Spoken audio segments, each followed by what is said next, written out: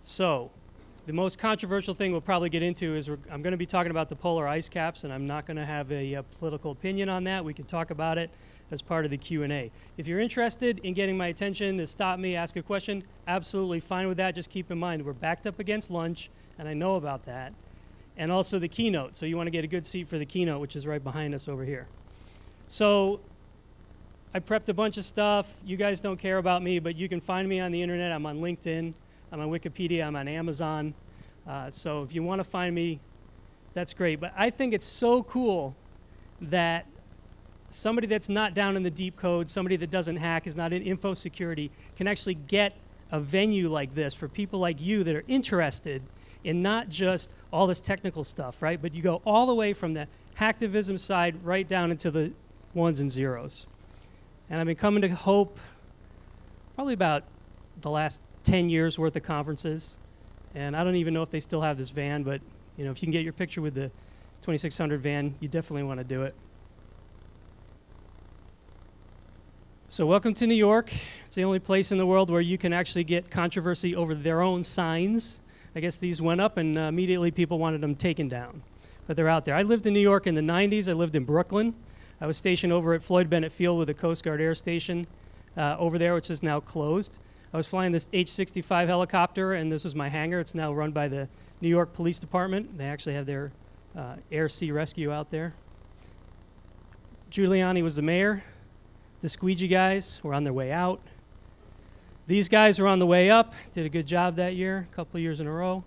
This was the telephone company, right? Who has ever had a bill from these people, right? I see a few hands. Good. Cell phones were analog. This is my cell phone. This is my computer. This is my internet, right? So dial-up, you know that little beep sound? There you go. This is how most people got on the internet. You had competing floppy disks that came in the mail. And you could use them for doorstops. You can use them any way that you can think of. And if you were in New York, you probably had Panix as your internet service provider if you were in the scene at all. If you were not an AOL or CompuServe person. And I went and looked. They're still around. Actually, number 3. So this was the big battle at the time. NSCA, Mosaic, and Netscape. And Netscape was on the up and up because they supported one tag that nobody else supported. Everybody's favorite tag, right? So I'm just giving you some historical or a little bit of context of where I come from, because we had blogs back. No, we didn't. There were no such thing as blogs, right? What do we have? HTML 1.0. You had to get down in the code. I started doing this stuff in 94. I got my own website in 95. This was like with the first 100,000 websites. And I went to the Wayback Machine, and this is as far as they went, was 97, and I was interested in a couple things, actually. I was getting married, and my brother's band needed a web page. And somebody could email me, so. This was my first computer. It's my first experience, right? Yeah, okay, going all the way back. And this was our disk drive, right? So about a 300 baud going through there, right? So you got really good with this economy of bits. The idea that you've got to streamline the pipe.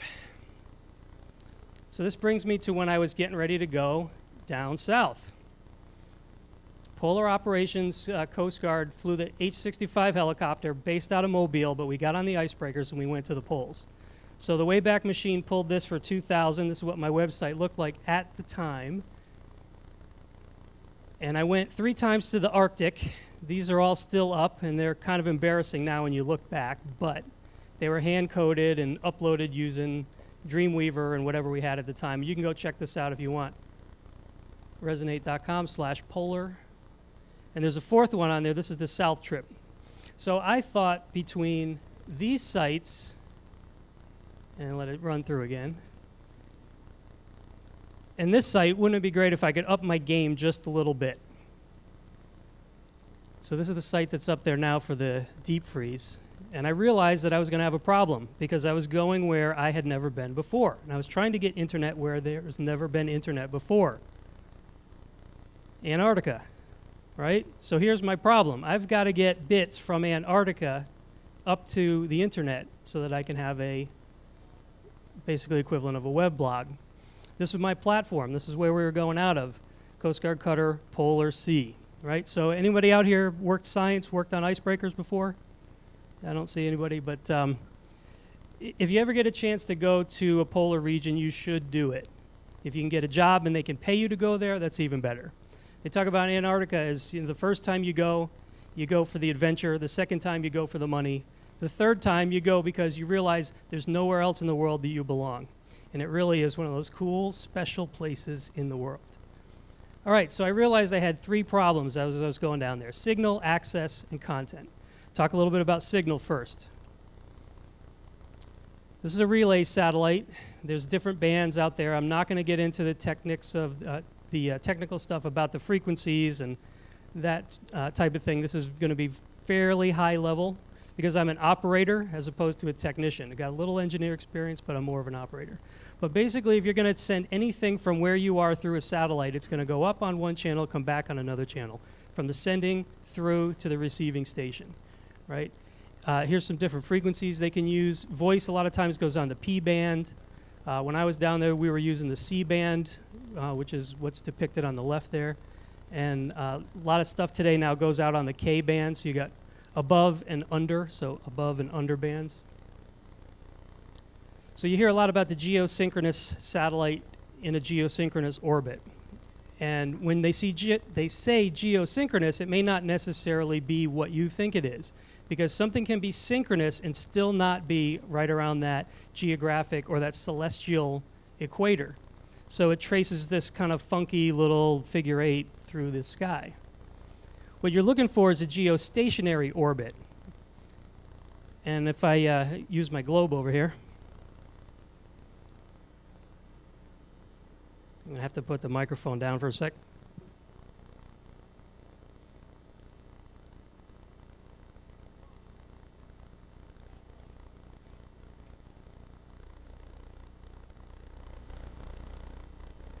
But that's about what you're looking at, right? So the satellite is going to be going around like this.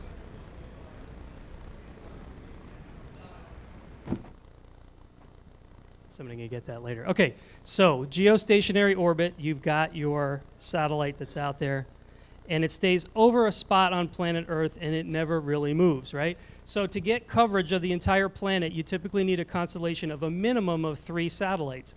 And this is a terrible picture because the satellites, as we just saw, are not that close to planet Earth to be geostationary. There's only one spot, one altitude that they can be. This is a little bit better geometry. And what you see here, that constellation of 3 satellites separated by 120 degrees of longitude, blanketing the Earth, hopefully with signal. But there's a problem. This angle of elevation is great when you're looking at a satellite that's basically up at the zenith or down towards the horizon. But when you get close to the pole, look what happens. You draw this tangent from where that satellite is, the line of sight, right? And you're standing on the surface of the Earth, and you're looking out at the satellite at 0 degrees.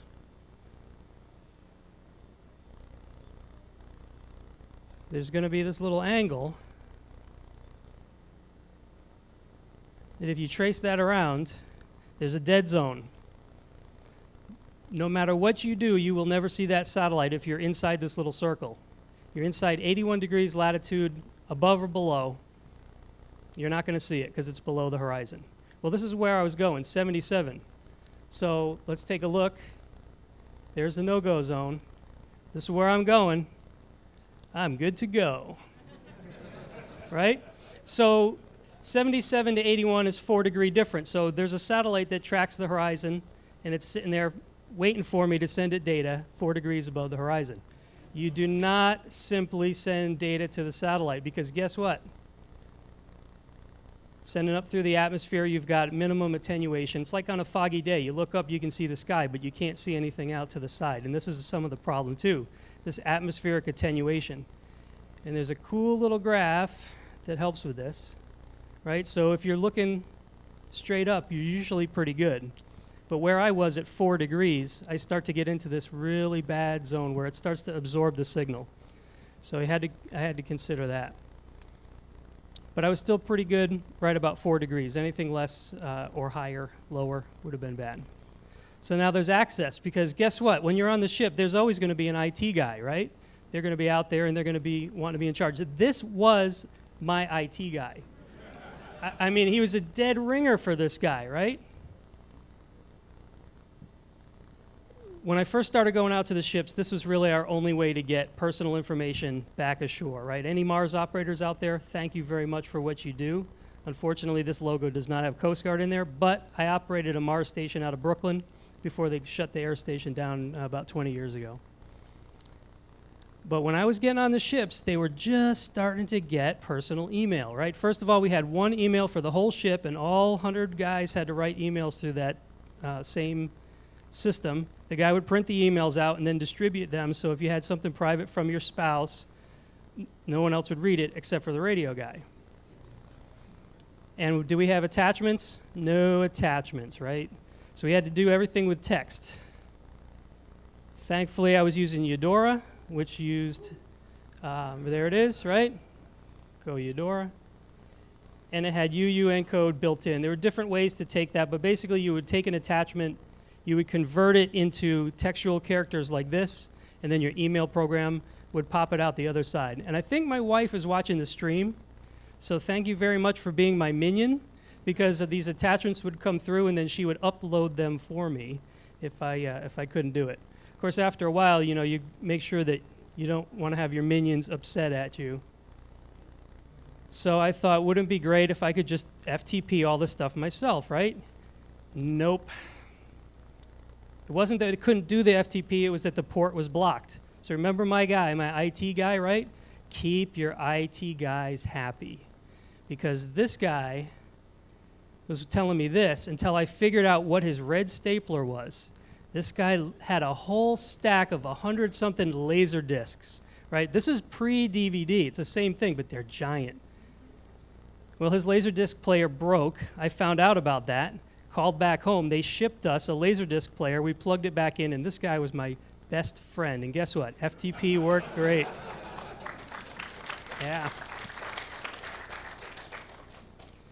So this is one of those words that's fraught with danger, because back in the day, if you said you were the webmaster, that actually carried some weight. If you say webmaster today, people kind of look at you like dungeon master, webmaster. I have no idea what you're talking about. But if you were the webmaster, back then you had some skills.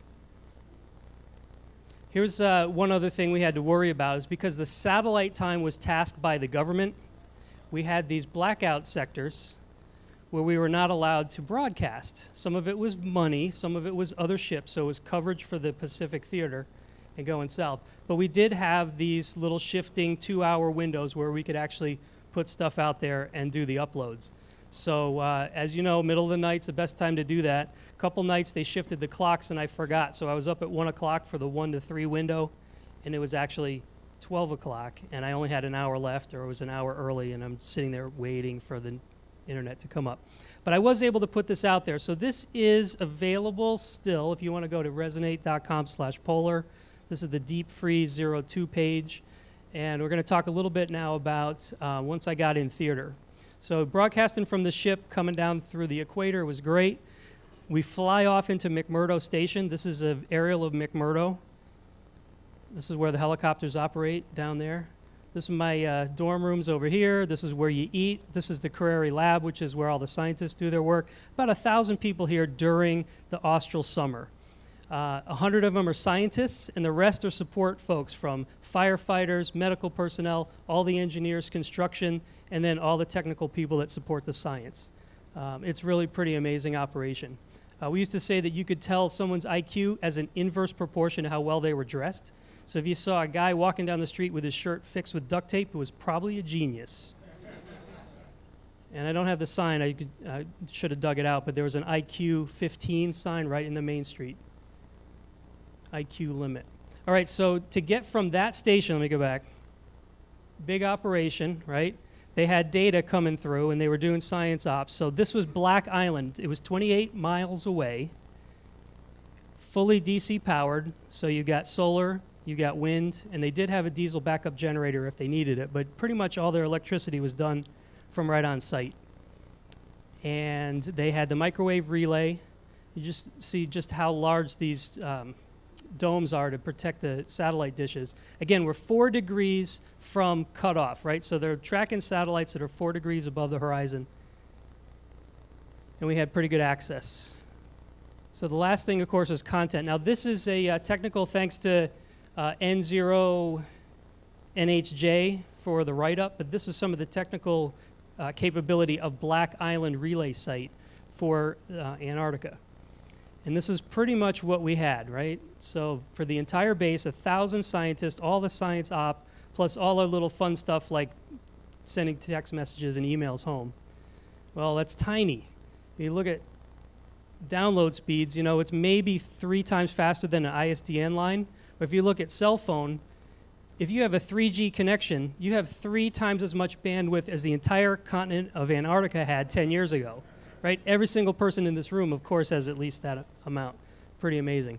So you got to make these things tiny if you're going to get media out, right? And what I found on this website is most of the time, we were pretty good with 320 by 240.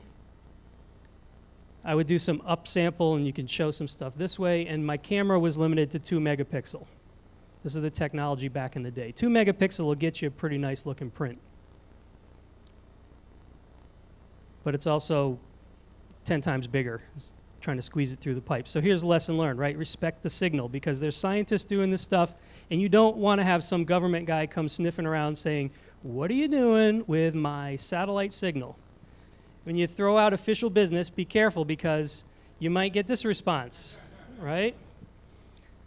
Someone is always watching. If you're working on a government installation, absolutely. So I found a way to go make some of what I was doing official business. I put up these really cool press release photos, and I sent it to my guys at headquarters. And they turned around and they sent it to everybody from the White House on down. And they loved it, and they wrote us back and they say, anything this guy needs as far as bandwidth, make it happen, because he's sending us these really cool pictures. This particular picture in general, or in specific rather, I've seen this thing attributed to anybody from myself to any number of PAs to folks from the BBC. It was actually done by a guy at CNN, John Booth, so that's his picture. So as I said, there's stuff up here. Now, I did a few other little things too, like these little pages here about individual photos, different types of things. It's interesting when you start putting content up there that you get feedback from completely unexpected sources. My wife's uncle and all his buddies love this McMurdo machinery, right? So this is all the half tracks, this is the giant buses, this is all the aircraft. And so they said, we want more of that stuff. So I made them a special page. I also did a couple panoramas, a QuickTime VR just to test it out. These tiny little movies though, right? So this is my chance to get a glass of water. I'm going to show you a really short video of some penguins. I get a sip of water, and if there's any questions about my first trip doing satellite from deep ocean.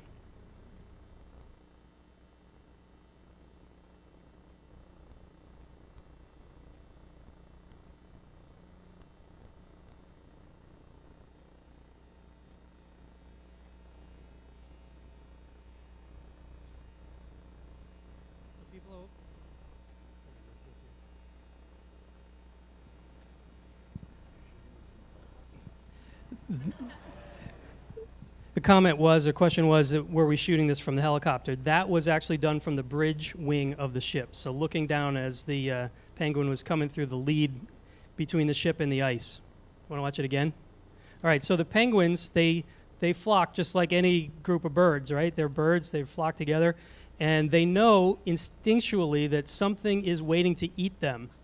And so they wait for the first one to go, and after the first one goes, they figure he's been eaten, so the rest of us can go. And this is where they say if penguins don't fly, but they actually do fly, they just happen to fly in a different fluid medium, which is the water. And they're really graceful until they get on land, and then they just look absolutely absurd. So, okay, so my second trip, and I think we're tracking okay for time here.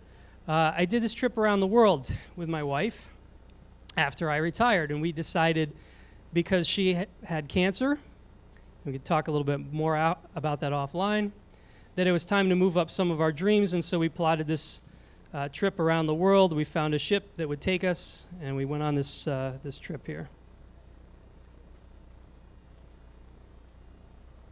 And we said, if we're going to do a trip of a lifetime, let's blog about it, of course, right? You got to get to the ship, and then maybe we'll turn it into a book. In order to do this, you need satellite internet, so I took a look at the price. And I was not happy because it's 25 cents a minute. This is the cheapest plan. All right, so do the math. I'm going to need to come up with $1,500. So I didn't have $1,500 after I paid for getting on a ship to go around the world. We decided we were still going to do it anyway, so we went up on Kickstarter. It's based right out here in Brooklyn. Anybody ever done a Kickstarter? Okay, a couple Kickstarters in the room. Fantastic platform for creative projects, but it has to be a creative project. So we did it as a book. We put it up there with a goal of 3,000. We got funded by 153 people. So we were good to go. So if you look at that yellow line, that's between 37 degrees south and 62 degrees north. So we're good as far as geosynchronous satellites. Don't have to worry about high latitude stuff. But I still had the same three considerations. So first of all, with the signal, if you look back to the icebreaker, right, and you notice some of these little antennas here, they're pointing right at the satellite and they're paired up. They do these things in pairs because of the superstructure when you get to those very extreme latitudes. So one of those is going to be masked by the mast, the stack, right? But the other one is still going to be able to see past it. So even if this one's looking at metal, the other one's going to be fine. And there they are. This is down in the P band. That's a voice SATCOM. But we're looking at C band and K band now. Here's a picture we took going into Athens on our trip around the world.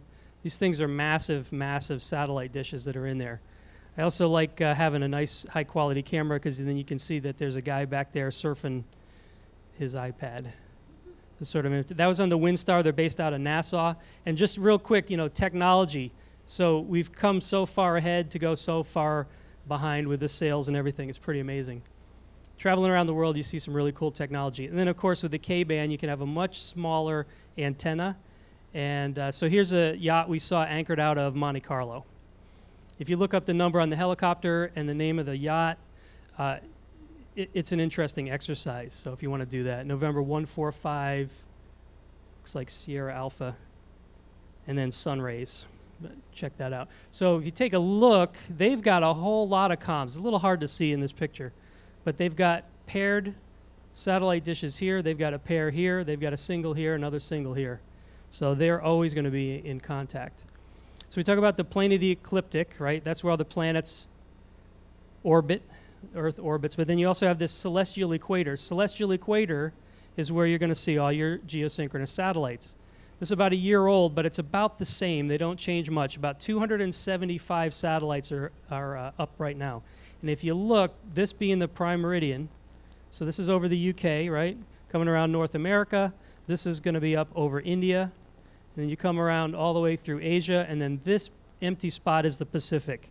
So there's not much going on out there. Now we talked about 3 satellites make the constellation, right? And hopefully you can see that.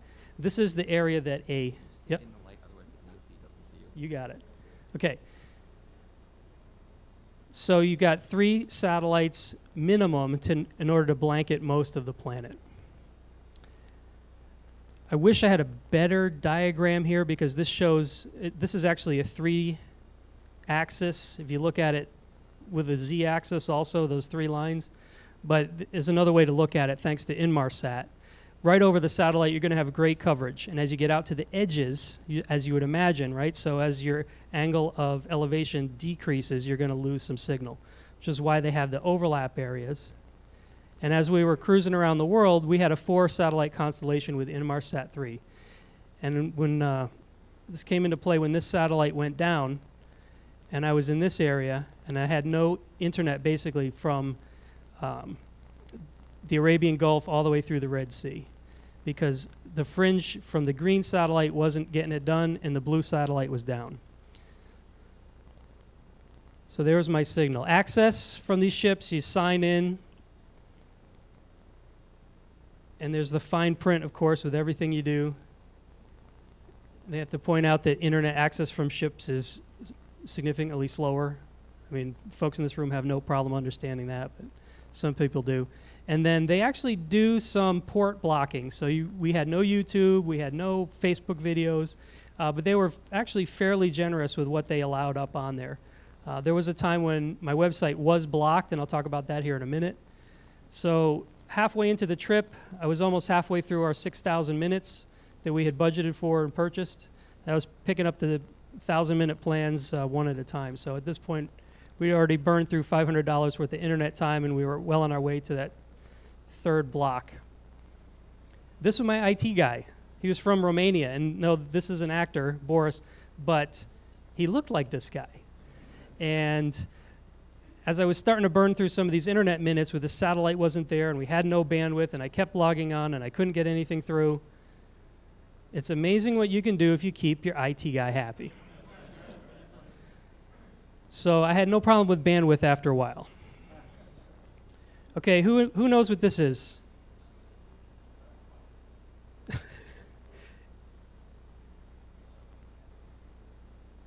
Traffic graph, 24 hours, right?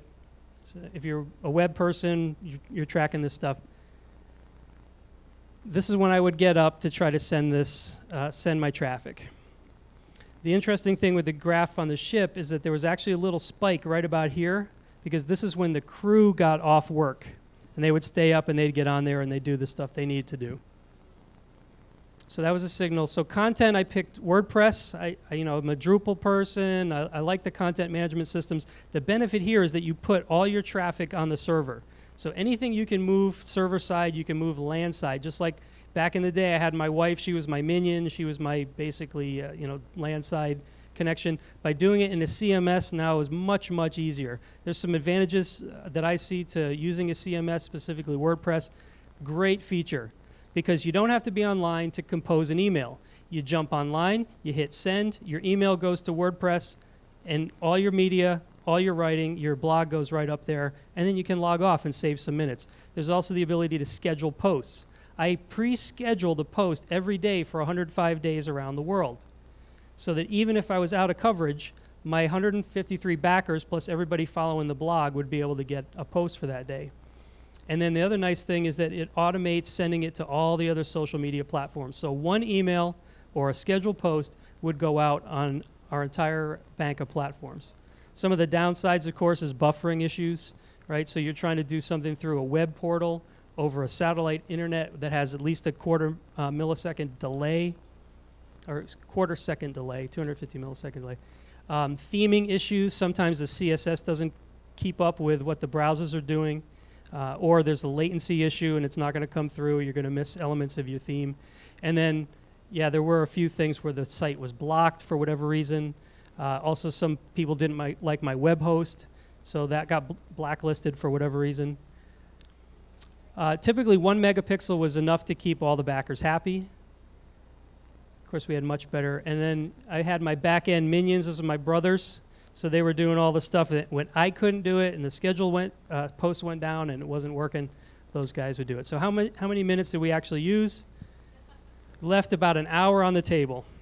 But we pretty much used everything we had budgeted for, and this is it. So on the page today, I've got a little post up for the 11th Hope, but you can check this out, westbysea.com. And I'm actually reposting all the blog posts in order all summer long. So, 3 years ago today, we were somewhere on the approach to New York Harbor. We actually got the book done. It's out in a couple different formats. There's a treasure hunt one, which is codes and ciphers, and you can find a lat long. It's like a giant geocache. And then this is just the story of the trip on the right there. So what's the future look like for deep ocean internet? Somebody's concept, but it's not really that crazy because these floating lily pads are going to need to have connectivity, and you're not going to string cables, and you're probably not going to set up a microwave relay way out in the middle of the ocean. So they're going to have to come up with ways to try to get signal back and forth to either that or the increased vessel traffic. Here's where we talk about the polar ice caps, right? Coast Guard position on it is this. We don't care about the politics. If there's water and there's coastline, we've got to protect it, right? So save people that might happen to be there, protect the environment if there's an oil spill or a disaster, protect the living marine resources, whatever those, the mammals and the fisheries, all going to be up there, right? So if there's no ice on the poles, if there's water there, this is a concern because about a third of that area has got no coverage from geosynchronous satellites. So how are we going to do this? There's a lot of commercial solutions that are out there that are taking those big C-band into the KU band and then all the way down to these tiny little dishes. This is an all-in-one solution. I don't work for them. I have no affiliation with them, and they've not paid me anything. It's just a solution that's out there. You can find a bunch, just a quick web search. A little hard to see this one, but these guys actually do tours up in Svalbard, and they're doing a hybrid satellite and terrestrial cellular set, basically. It just, wherever you happen to be, it picks up the most fast connection, and it switches that over. So for the user, it's seamless. You just have a Wi-Fi connection. If you happen to be close to land, the system switches over, and now you've got terrestrial internet again. So it's another way to do that. And then, of course, Iridium, the original 77 satellites, from what I understand, they're down to 66. So 6 planes, each with 11 satellites in it, constantly moving. The circumpolar is really one of the better ways to get that, but because of the nature of the things constantly moving and your terrestrial antenna has to keep tracking that, it makes it kind of difficult just to keep the track going. All right, so what do we learn, right? You can't stop the signal, but to get the signal out, you have to think like the signal. There's a redundancy involved. So if you're going to go over the horizon and you're going to do this type of expeditionary data transmission, data blogging, it's good to have a backup plan. So we went with 2 laptops, 7 cameras. I went with a Drobo, which had plenty of storage space and redundancy there. Did backups to a secondary hard drive. You got to have all kinds of fail-safes. And then, of course, you've got the fail-safe on the other end. If your server goes down, possibly have a second domain. You can switch everything over if it's mirrored. I didn't go that far because I trusted my domain, but that's a calculated risk. Plan for the lowest common denominator, so that's over here, right? So the lowest common denominator is still kind of text-based, right? Back in the days of TTY, back in the 80s and 90s, you still see a lot of text-based stuff. So if you think like that and get lucky, you might be able to send some additional media.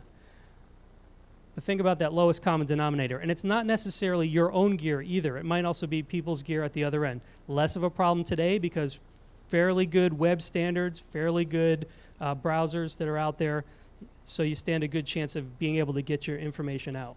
But if you're relying on Facebook or Twitter, you might want to rethink that. And then the last piece, of course, is respect the bandwidth, because you don't want to have that Agent Smith looking over your shoulder going, why are you filling my pipeline with all kinds of other goodies? And the last thing is respect your minions, because they will take care of you, right? So I want to thank the folks here at Hope and all the media folks, the tech folks, who put this all together so we could all have a fantastic conference. Now, I do have some other tech from around the world, but that's pretty much the meat of the talk. So like I said, lunch is coming up. You want to get a seat for the keynote, please, by all means, go ahead and take off.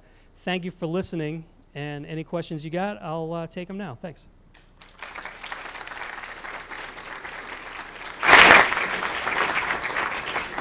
First hand I saw. Did you consider amateur radio solutions for communicating over the horizon? The comment was asked about amateur radio solutions. I thought about it. I'm a ham, KC2 GRD, but for the applications that I had in the time frame that I had to put that together, I didn't do that. Do you have a couple suggestions maybe, or is it a solution that you would have suggested? I was just curious. I know that it's possible to use various digital modes at various speeds depending on how much you want to spend on the equipment, essentially. Gotcha. I just don't know how well they work in the polar regions, propagation-wise. I was wondering if you had any thoughts on it. Yeah, I will say from South Pole, they do a lot of stuff short wave out of there because they relay. It's an 800 miles from the pole into the nearest larger base, which is McMurdo. And so they do have different ways that they can relay stuff that way, but it's very slow. And of course, they've got a lot more money than I do, so they can do it. So, okay, so another hand. Go ahead, sir. So you mentioned using ship traffic to send signals in the future from the floating city. So how would you actually do that? Is it like a delay tolerant networking sort of solution? Or what's the idea there? The comment was using ship traffic to try to get signal to a floating city. I would think that one possible solution would be you could have a series of relays that would go ship to ship to ship. So there are some technical hurdles that would be involved with that, similar to what you'd have with terrestrial relays that they already have. In addition to that, because those floating platforms move, you're also going to have some kind of a stabilized system or gyroscope system that would keep those antennas pointed in the right direction. So I'll go here and then here. I know that there's been some exploration of kind of unmanned ships, unmanned small boats. So is there a solution in the pipeline? Because those definitely need consistent, reliable uplinks. Yeah, we're talking about unmanned ships or floating platforms that are out there, and I haven't done any research on that. I would imagine that there's probably some folks out there, but it's also back to who can you get somebody to pay for it, right? So is there a viable financial interest in that beyond just an altruistic need behind that? Hey, this would be a great idea. We'd love to do it, but if you can figure out how to monetize something like that and then field it practically, they may be the path to your door. Aren't a lot of those pedal cities going to be located in the mid-latitudes, so you really don't have a communication problem? You could use the existing satellites or O3B solution, which provides multi-megabit service at very low latency with medium Earth orbit satellites. Yeah, so the comment was where you're going to put these floating habitats or floating platforms for whatever reason, you actually are situated geographically in a very good area to be able to provide some high bandwidth to those platforms. So it's a great point. Anybody else? All right, if you want to stick around, I'll go through a couple of cool photos, tech from around the world here. So we went to Singapore, and this is a novelty to me. They actually be able to see how far away the subway is, which I guess now they're putting in New York. So thank goodness, thank you, New York, for putting that in. Wow, super clean, right? Singapore, it used to be that if you spit gum on the ground, you could be arrested and thrown in jail. They don't actually sell gum in the entire country of Singapore. So they've relaxed that a little bit. You can actually bring gum in. But yeah, you don't want to be seen chewing gum over in Singapore. And look at that, beautiful, beautiful. People going to work, using their tech. Parking spaces as you drive down the street, because it's such a tiny area and there are so many cars. You don't know where to park, and you don't know if when you show up somewhere you're going to have a space. Every single parking space in all these buildings or parking garages has a little way to track if it's open or occupied. And these are broadcast right along the street. So as you're driving around, we saw this also in Kuala Lumpur. Pretty amazing. Wouldn't it be cool if we had that type of thing here? I thought this was interesting just because there's a lot of different ways to get money. This is in Malaysia, but they had a vacancy and it had to be a female. So you can never do that, but there it was. Sort of interesting. This is in India. I don't know if I would actually go and patronize this business. Thought it was interesting. So this is a fun picture, right? So typical settlement in Mumbai. And there's a lot of blue tarps there, and it's very impoverished. But I also noticed in this picture quite a number of satellite dishes. So, the signal wants to get out there. And you prioritize your spending. So is it TV or is it a new roof for your house? This is at the Taj Mahal. I'm sorry, go ahead. In one of the other talks, the speaker went over satellite access, and in many countries in East Asia, it's free to air, and it's like their only TV. Aha, okay. So the comment was in certain countries, free to air over the satellite dish is one way they can get their signal. Excellent point. So these beautiful historical places still have a lot of tech. This is a weather station. Just took a picture of that. It's kind of interesting. This is, as you're walking around, you're going to notice some things. Typical Indian telephone pole. My understanding is that the electricians pass down what wires go where from father to son, so it's a family-run business, and you get this as your inheritance. Here's another one. And these aren't even the worst examples. I just didn't take pictures of them. This is on a train from India to New Delhi, from Mumbai to New Delhi. Universal plug, probably 240 because you've got the switch. Wi-Fi zone for foreign tourists. Use at your own risk. Thought this was kind of cool. This was in Langkawi, little hardware store. If you don't know what your light bulb goes to or what to buy a replacement light bulb with, you can come to this little board, plug your light bulb in until you find the right information, and then you pull the right one off the shelf. This is a telephone in Dubai at the airport. Fairly standard, cool hush hoods. Also in Dubai is this basically a hologram. It's not really a hologram, but it would address you in whatever language you would address it. So it was actually pretty cool because it would tailor the delivery based on the needs of the user. Kind of lost in translation, maybe. You know, I think I'd buy something from this guy, maybe not that guy. This was in Jordan. Pretty cool, mega complex of electronics. You can go buy Sharp, or Sharp. This is the Avenue of the Sphinxes right outside the Temple of Luxor. It's a very beautiful place until you start looking around and you realize that everybody's got a cell over there, right? So as you've heard, in less developed areas of the world, they've leapfrogged those terrestrial landlines and they've gone right to wireless. Huge market. Internet Wi-Fi at the lost city of Petra. So this is pretty cool. This is a holy site in Athens, and I sort of thought this was interesting because in ancient times, people go to the highest spot because they thought that would bring them closer to the gods. It was a very powerful place of geography, and it's the same today, except now with all the antennas. So these high points on the planet are still valuable, but for a different reason. This is in Istanbul, just American audio, kind of interesting, electronics shop, and giant speaker out front so people know to come in because they're playing some cool music. This is in Cadiz in Spain, and I just thought it was neat because when you're doing an electrical tower, yeah, you can build an electrical tower, but why not make it beautiful, right? So it's that just noticeable difference. As you build things, it's okay to do a kludge, throw it together with some duct tape and make it work, but eventually, that form does matter. This is in Le Havre in France, just a kind of a cool little car. It's a one-person vehicle, completely enclosed, easy to park. Is it two? One person sits behind the other. Okay, so it's a tandem? Yeah. It's not really comfortable. Yeah. So we have some people that have experience with this. I have no experience with this, but I thought it was cool. So that's why you come to Hope, because we get to hang out with people from all around the world who know things we don't. This is in Amsterdam, and they love the wind over there, so there's a ducted fan energy generation.